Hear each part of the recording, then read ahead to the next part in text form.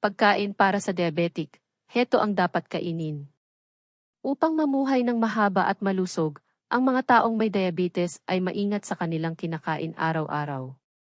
Ang hindi pagpili ng mga kakainin ay magpapalala ng diabetes. Ang pagpili ng pagkain upang magsulong ng stable blood sugar ay susi upang maiwasan ng mga diabetics ang komplikasyon at mamuhay ng malusog. Kaya't ano ang ligtas na masustansyang pagkain para sa diabetic? Pagkain para sa diabetic, ang pinakamainam na piliin upang makontrol ang blood sugar. Ang mga pagkain na naglalaman ng glucose ay ginagamit ng katawan bilang pinagmumulan ng enerhiya. Lahat ng mga pagkain na kinokonsumo mo ay naapektuhan ang pangkalahatang level ng blood sugar ng iyong katawan. Kailangan na maging maingat ng mga diabetics sa pagpili ng pagkain upang manatiling stable ang blood sugar. Sa mahabang panahon, ito ay nakatutulong upang maiwasan ang komplikasyon sa diabetes. Karagdagan sa pag-iwas ng mga pagkain na mataas sa sugar, kailangan mo rin na malaman kung anong pagkain ang dapat mong ikonsumo. Sa pangkalahatan, inirerekomenda ng mga doktor ang mga pagkain para sa diabetic na may mababang glycemic index. Ang glycemic index, (GI), ay ang pagsukat kung gaano kabilis na tumataas ang blood sugar ng katawan sa pagkain na kinokonsumo. Ang mga pagkain na may mababang glycemic index ay mas matagal ang proseso na maging glucose. Sa ganitong paraan, ang blood sugar ay mas magiging stable. Ang mga sumusunod ay listahan ng mga mababa sa blood sugar na pagkain para sa diabetic na may mababang glycemic index. Ang mais ay may mababang glycemic value, kaya't maaari itong gamitin bilang pagkain para sa diabetic na pamalit ng kanin. Ayon sa Harvard Medical School, ang GI value ng 100 grams ng mais ay 46, habang ang glycemic load ay 14 na. Sa pagkukumpara, ang glycemic load para sa 150 grams ng puting kanin ay 29. Ang mababang glycemic load para sa pagkain ay mas mainam para sa mga taong may diabetes. Karagdagan, ang mga pagkain para sa diabetic ay naglalaman din ng fiber at starch, isang uri ng complex carbohydrate, na mas matagal na natutunaw sa katawan. Bilang resulta, ang level ng blood sugar ay hindi tumataas ng mabilis matapos kumain. Ang mas mahabang proseso ng pagtunaw ay nagpapabusog sa mas mahabang panahon. At makaiiwas ito sa kagustuhan na kumain ng hindi masustansyang pagkain. Ang pag-aaral sa Journal ng Food Science and Human Wellness ay napag-alaman kamakailan na ang regular na pagkonsumo ng mais ay makatutulong sa mga taong may diabetes na makontrol ng mas mabuti ang kanilang blood sugar. Kamote. Karagdagan sa pagiging feeling, ang kamote ay pagkain para sa diabetic na nagbibigay ng benepisyo sa pagkontrol ng blood sugar. Ang kamote ay akmang pagkain para sa diabetics dahil may mas mababang glycemic index ito kaysa sa patatas. Ang glycemic value ng isang serving ng pinakuloang kamote ay 44, habang ang pinakuloang patatas ay 80.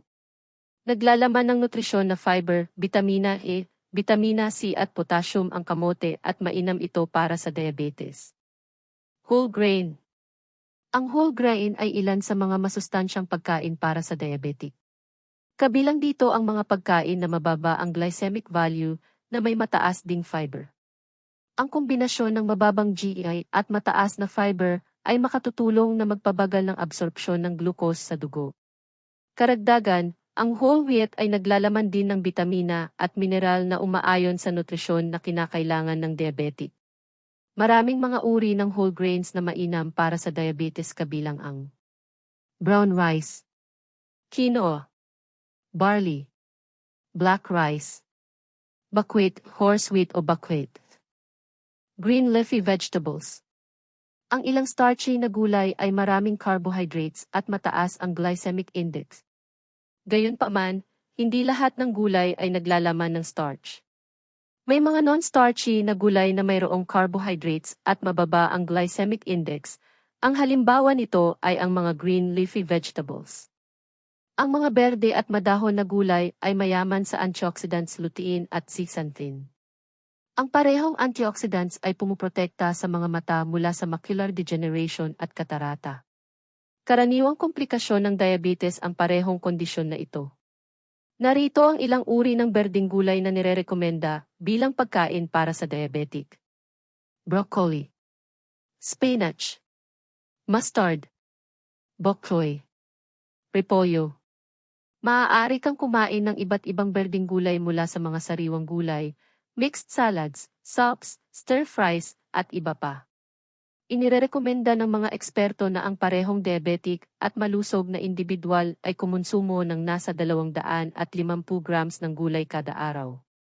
Ang amount na ito ay equivalent sa 2.5 serving ng nilutong gulay. Mani. Ang mga mani ay ligtas na pagkain para sa diabetic. Ang mani ay beer na mayaman sa fiber at protina. Naglalaman ang ibang mga mani ng complex carbohydrates at may mababang glycemic index. Bilang resulta, ang mga pagkain ay mas matagal na maging glucose, kaya't hindi sila nagiging sanhi ng mabilis na pagtaas ng blood sugar. Ang benepisyo ng mani ay hindi humihinto dito. Ang mga pagkain na ito na nagpapababa ng blood sugar ay mayaman sa magnesium, na nagpapanatili ng stable na level ng blood sugar. Kabilang ang mga mani na ito bilang masustansyang pagkain para sa diabetic. Almonds, walnuts, cashews, pistachios, peanuts, red beans. Kahit na may benepisyo sa kalusugan, kailangan mo pa ring maging maingat sa pagkonsumo ng mani. Ang mga mani ay mataas sa calories, kaya't hindi dapat kumonsumo ng marami dahil nakapagdaragdag ito sa timbang. Dahil ang pagiging overweight ay may risk factor ng diabetes. Isda. Hindi lamang ito masarap, ang isda ay pagkain na mayaman din sa mga benepisyo para sa diabetes, lalo na ang mga isda na naglalaman ng healthy fats tulad ng monounsaturated fats at polyunsaturated fats. Ang American Diabetes Association ay ipinaliwanag na ang diet na mataas sa healthy fats ay nakatutulong na makontrol ang blood sugar at mabawasan ang level ng lipid, blood fat, sa mga taong may diabetes. Ang mga isda na nakatutulong na mapababa ang blood sugar na mayaman sa omega-3 fatty acids ay ang mga sumusunod. Salmon. Trout, isda na namumuhay sa freshwater. Tuna fish. Mackerel. Halibut. Siguraduhin na lutuin ang isda sa masustansyang paraan. Sa halip na iprito sa maraming mantika, mainam na ihawin ito o gawin itong soup. Upang mapanatili ang kalusugan, inirerekomenda sa mga diabetic ang pagkonsumo ng isda 2 beses kada linggo. Disclaimer. Ang Dr. Chopper ay hindi nagbibigay ng medikal na payo, diagnosis o paggamot. Ang nais po lamang naman namin ay maghatid ng konting kaalaman upang makatulong sa may karamdaman. Ipinapayo po namin na mas mainam na magpasuri po sa mismong doktor. At kung nais nyo pa ng ganitong video, maaari po lamang kayo ay mag-subscribe sa aming channel. Dr. Chopper. Maraming salamat po.